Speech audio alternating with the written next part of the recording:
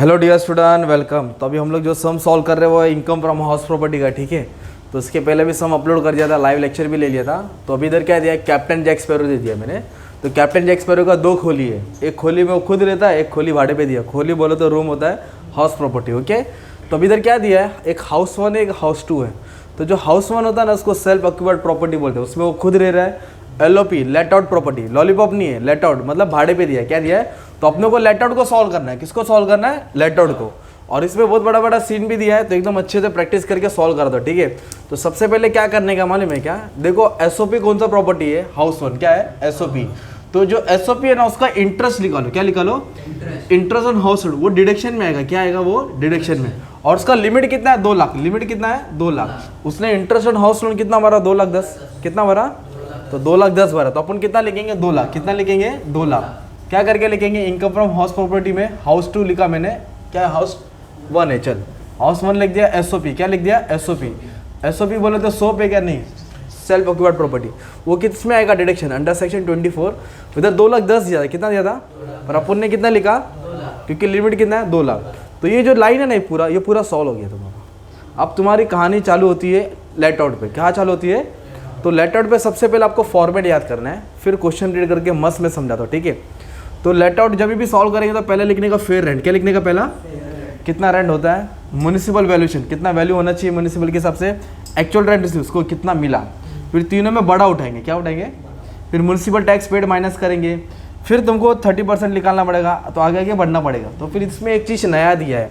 नया क्या दिया मालूम है क्या, जो कैप्टन जैक स्पैरो का घर है ना, वो क्या है, 3 महीना खाली था। कितना महीना खाली था, तो अभी कैसे क्या करना है, ये वर्ड पढ़ो, क्या है, फेयर रेंट। फेयर रेंट कितना दिया है, इसको नहीं देखना, ठीक है, 40,000। इधर एक वर्ड बोला है, क्या बोला है, पर मंथ। कभी कभी साल का दिया रहेगा तो डायरेक्ट लिखने का, तो पर मंथ बोला। तो 40,000 को क्या करेंगे, इंटू 12 करेंगे ना, तो 480 आएगा।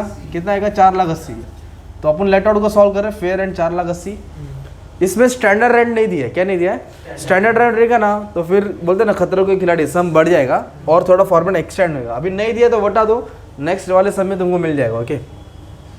ग्रॉस म्युनिसिपल वैल्यूएशन कितना दिया है, 45,000 पर मंथ। क्या बोला है, तो फेयर रेंट तो नहीं दिया है, फेयर रेंट दे दिया ना। म्युनिसिपल वैल्यूएशन कितना दिया दोस्त, 45,000 पर मंथ। तो कैसे कितना आएगा, तो 45,000 को क्या करेंगे, मल्टीप्लाई कर देंगे ना। 45 को क्या करेंगे, मल्टीप्लाई किससे करेंगे, 12 से। कितना आएगा दोस्त, 5,40,000, ओके। और एक्चुअल रेंट रिसीव, एक्चुअली में इसको कितना मिला, महीने का भाड़ा 50,000। क्या वर्ड बोला है, पर मंथ। क्या बोला है, तो 50,000 को क्या करेंगे, इंटू 12 करेंगे ना। 50 को क्या करेंगे, इंटू 12, तो कितना आएगा, 6 लाख।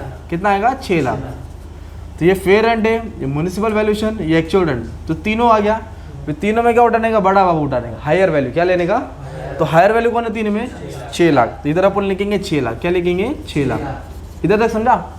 पर वाले समय सीन क्या है, घर वेकेंट था। वेकेंट बोले तो खाली, तो खाली रूम का भाड़ा आता नहीं है। तो कितना महीना खाली था, तो फिर किससे मल्टीप्लाई करने का, जो पैसा आया आता है ना, उसके हिसाब से 3 महीने का भाड़ा नहीं आया।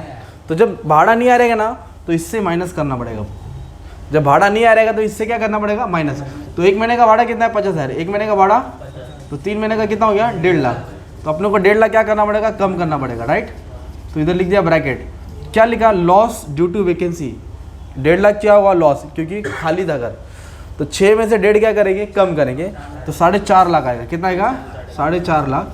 वो 4.5 लाख को बोलेंगे ग्रॉस एनुअल वैल्यू। क्या बोलेंगे, तो कभी कभी ऐसा ना, ये जो है ना वेकेंट वाला लाइन, ये दिया ही नहीं रहेगा। तो ये तीनों में से जो बड़ा रहेगा ना, वो तुम्हारा ग्रॉस वैल्यू रहेगा। क्या रहेगा तुम्हारा, तो अभी माइनस क्यों किया, क्योंकि भाड़ा आया नहीं था। तो ये मेन सीन था, राइट। तो इधर तुमको थोड़ा देखने का था, ये नया पार्ट आया। फिर इसमें से क्या माइनस करेंगे, municipal tax paid by owner. कभी कभी टीनेंट भी टैक्स भरता है। टीनेंट कौन है, भाड़ोतरी, उसका नहीं लेने का, मालिक। तो इधर टैक्स किसने पे किया है, ओनर ने। लेट आउट का कितना टैक्स है, 50,000। तो 50,000 क्या कर देंगे, कम कर देंगे। 50,000 क्या कर देंगे, कम करेंगे, तो 4 लाख मिलेगा। क्या मिलेगा, 4 लाख। तो ये 4 लाख को बोलेंगे नेट एनुअल वैल्यू। क्या बोलेंगे, नाउ टाइटैनिक की नाउ याद करो, नेट एनुअल वैल्यू। ये अमाउंट आना इंपॉर्टेंट है तुम्हारा। इसके बाद फिर आगे कहानी होती है। तो फिर से fair rent, municipal value, actual rent, तीनों लिखा। और तीनों में कौन सा वैल्यू उठाने का, बड़ा वैल्यू।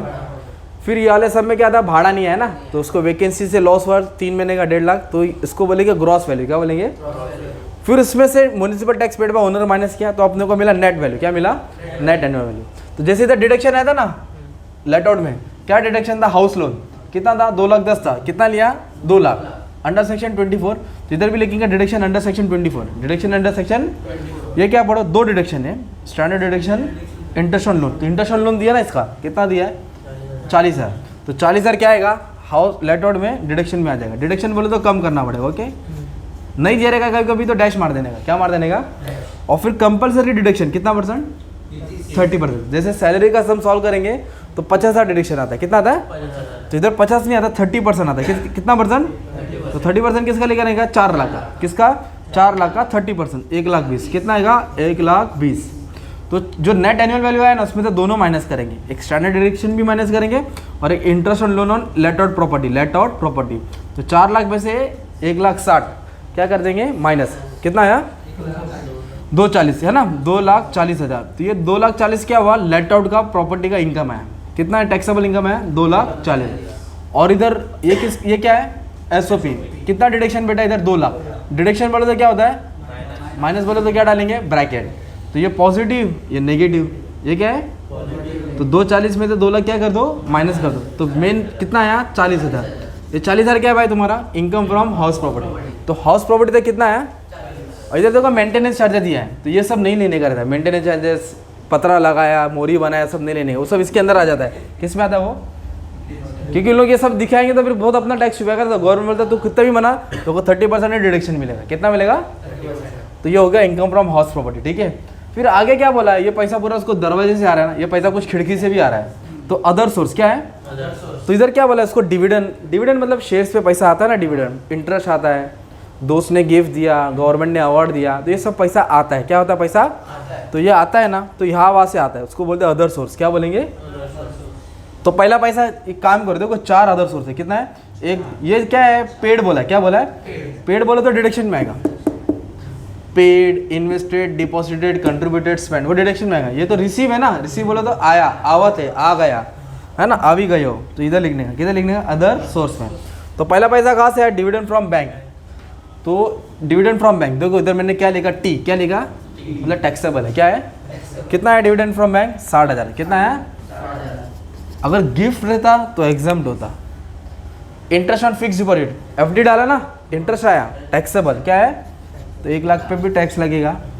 रेंट फ्रॉम सब लेटिंग, सब मतलब क्या होता है, सब लेटिंग का मतलब होता है कि आप भाड़े पे रह रहे हो और तुमने वही चीज़ किसी और को भाड़े पे दिया है, खुद भाड़े पे, और अपना वही भाड़े की चीज़ किसी और को दिया, तो उधर से अपन भाड़ा कर रहे हैं, भाड़े मतलब भाड़ोतरी से भाड़ा कमा रहे हैं, किससे कमा रहे हैं, एक तरह से रेंट आ रहा है, समझ लो, ठीक है, तो भी टैक्सेबल है, क्या है, तो भी टैक्सेबल है। ये अपना खुद का घर भाड़े पे दिया, इधर खुद चीज़ अपन भाड़े पे, वही चीज़ किसी और को भाड़े पे दिया, जैसे डीजे लाया भाड़े पे 1,000, सामने बोला भाई मेरे को डीजे चाहिए, ले 1,500 ले, तो 500 कम है ना अपन ने, मालिक को तो 1,000 दे देंगे, 500 अपना हो जाएगा, तो 500 पे को टैक्स देना रहेगा।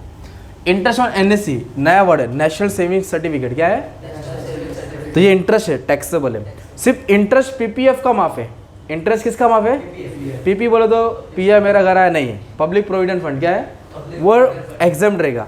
तो इंटरेस्ट ऑन सेविंग क्या है, टैक्सेबल है, कितना है, 1,20,000। तो इसको जोड़ो ना भाई,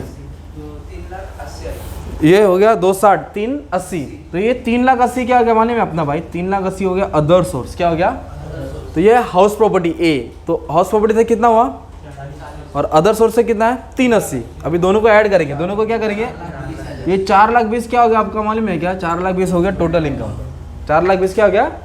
अभी कहानी खत्म नहीं होगी, पिक्चर बाकी, अभी डिडक्शन आएगा, क्या आएगा, तब जाके फाइनल अमाउंट आने वाला ना। तो डिडक्शन में कैसे पहचानने का, जो पैसा डाला है, तो इधर लास्ट में क्या बोला, ही पेड, क्या बोला, पेड बोले तो पैसा डाला, पेड बोले तो पैसा कितना रुपये डाला, 60,000।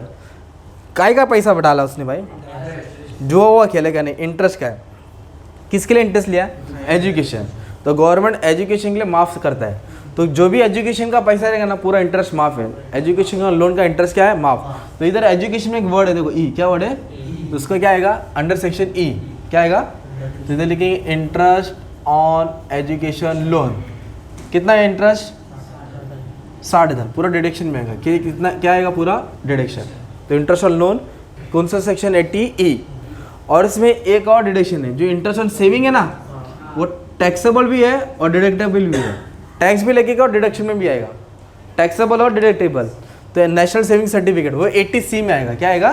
तो ये नाम नहीं याद, तुमको याद करने का था। इधर लिखेंगे interest on national saving certificate, है ना। तो मैंने डिडक्शन का लिस्ट बना दिया हूँ, तो उसमें समझाया था। तो नहीं याद है तो फिर ध्यान दो। तो NSE पे टैक्स लगेगा और डिडक्शन में भी आएगा। और किस में आएगा? 80C, ठीक है। तो कितना है NSE का इंटरेस्ट कितना था? 1,20,000। ओके, अभी दोनों को क्या करेंगे? ऐड करेंगे। तो कितना आएगा? 1,80,000। कितना आएगा? 1,80,000। तो टोटल कितना है? 420। उसमें से 180 क्या कर देंगे? माइनस कर देंगे। तो नेट टैक्सेबल इनकम मतलब इसको इसके ऊपर टैक्स देना पड़ेगा। कितना मोटा है? तो 2,40,000 के ऊपर उसको टैक्स देना पड़ेगा। किस पे टैक्स देना पड़ेगा? 2,40,000। हिसाब उसका होएगा 2,40,000 पे, है ना। कैप्टन जैक स्पैरो की कहानी 2,40,000 पे गवर्नमेंट टैक्स लगाएगा, वो लिमिट रहता है, ठीक है। इस तरह तुम्हारा इनकम फ्रॉम हाउस प्रॉपर्टी का सम था, वन साइड करा दिया। अच्छे से पढ़ लो, ठीक है। चलो, थैंक यू वेरी मच। दुआ में याद रखना।